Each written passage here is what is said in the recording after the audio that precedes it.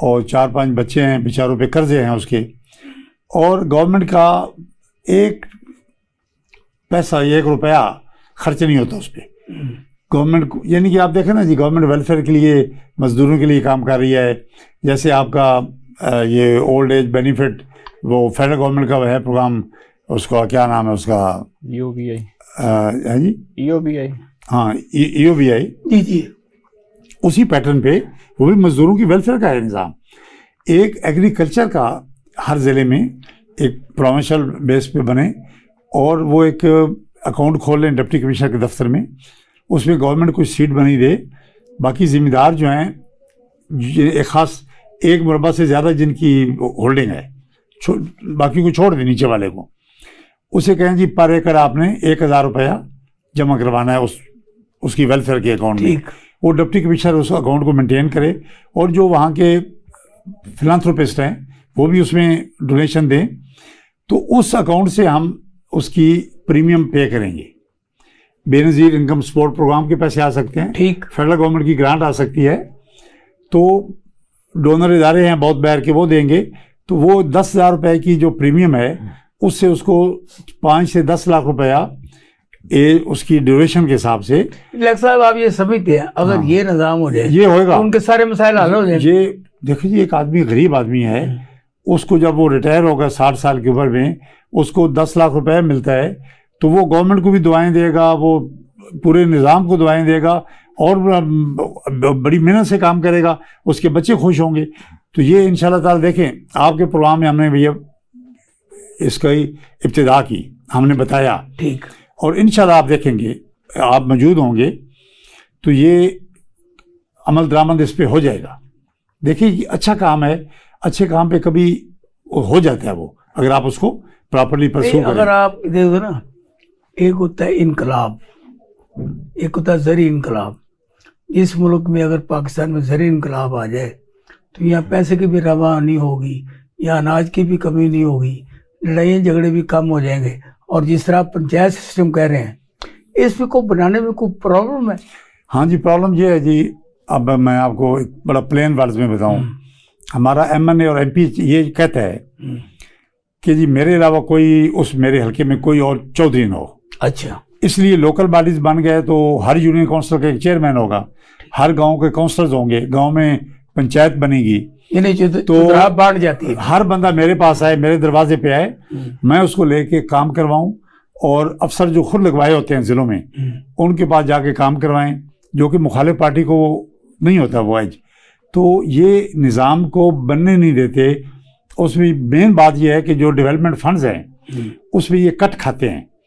20% اچھے لوگ بھی ہیں, شریف بھی ہیں, سارے میں نہیں کہتا, 80% میں آپ کو کہہ رہا ہوں آپ کے ٹی وی پہ 80% MNA MPAs جو ڈیولپمنٹ فنڈ ہے اس میں 15% سے لے کے 20% کمیشن کھاتے ہیں. اچھا, وہ کمیشن, وہ فنڈ نیچے چلا جائے گا لوکل باڈیز کے پاس, وہ کمیشن بند ہو جائے گی. یہ اس کی مین وجہ ہے. اب کسی لیڈر میں یہ ضرورت نہیں ہے.